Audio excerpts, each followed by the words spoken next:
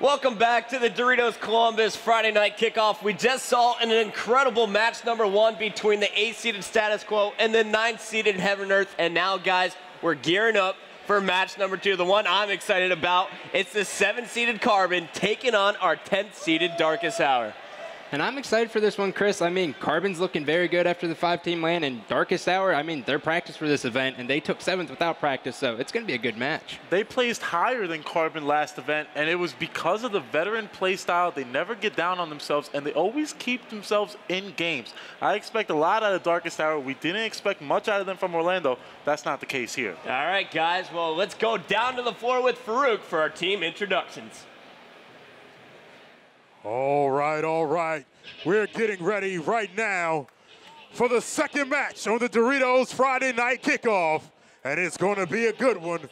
Let's hear it for the teams. Coming out on the blue side, we have the Darkest Hour.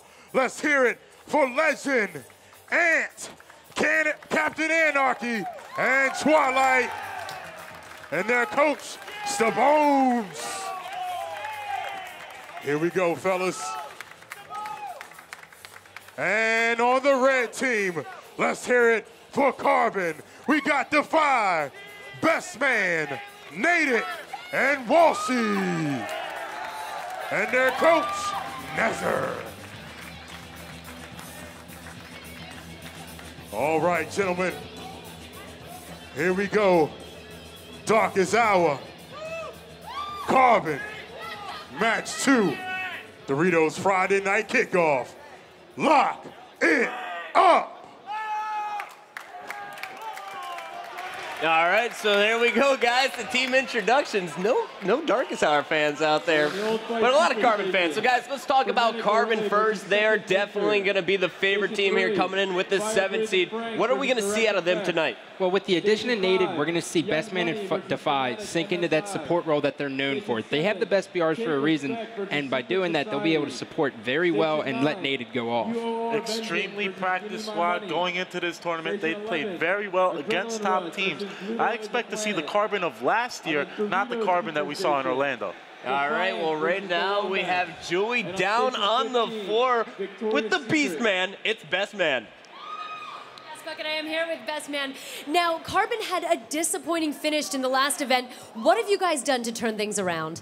Well, first off, we picked back up Nated.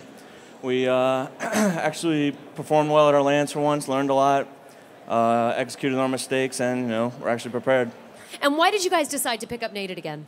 Well, he was the missing piece that we were missing in last tournament, and by our last placing, you can tell that. Now, the last 2 tournament winners, some would say that they were surprises, but they seem to have balanced attacks. So what have you guys been able to learn from teams like Classic and Instinct? Well, I mean, yeah, their teams are real balanced. They have the right pieces to the team, and, I guess, we're just trying to work on the teamwork aspect of the game and, not individually, because that seems to be the key to Halo 3 this season. Absolutely. Teamwork. It's very important. Good luck to you. Puckett, up to you. All right, thank you, Julie. Best Man gearing up. Great interview. Yeah, and he spoke from the heart because it's true. It's all about the teamwork this season, and it couldn't be more apparent from the first event. He must have watched the Hot Pockets pregame show. Smart man, that Best Man. All right, guys, so that's Best Man. Carbon looking practiced. They look comfortable. Very calm, cool, collected. But so's the other team down there. It's Darkest Hour, and right now, Julie is down on the floor with Legend Pimps. Thanks, Puckett. I am here with Legend. Now, you are a very seasoned player. You are a legend. You've played on a lot of different teams, a lot of different players. What is it about Darkest Hour that's really working for you right now? I think the fact that all of us come from teams that we're all well versatile on, and putting us together just made a good team, and I think that we'll be able to take this event pretty good. Now, let's talk about your relationship. You and Ant, you guys played together on Team Classic. Now you're back together again. So why do you guys work so well? What is it? Let me tell you something, Julie. It's called the duo. You'll know it.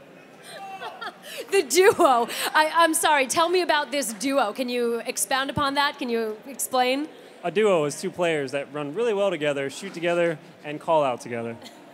And you two do that very well. apparently. Exceptionally well. Exceptionally well. Okay, now you played on the same team as Defy and Best Man back in 2008. You're obviously very familiar with their gameplay styles. So what are their weaknesses, and how do you plan to take advantage of that in the game tonight? Well, I know Best Man and Defy are just going to come charging out with their BRs because they are the best, as Chris Puckett said, so we'll see how that goes. Wow, Chris Puckett, legend quoted you. All right, back up to you.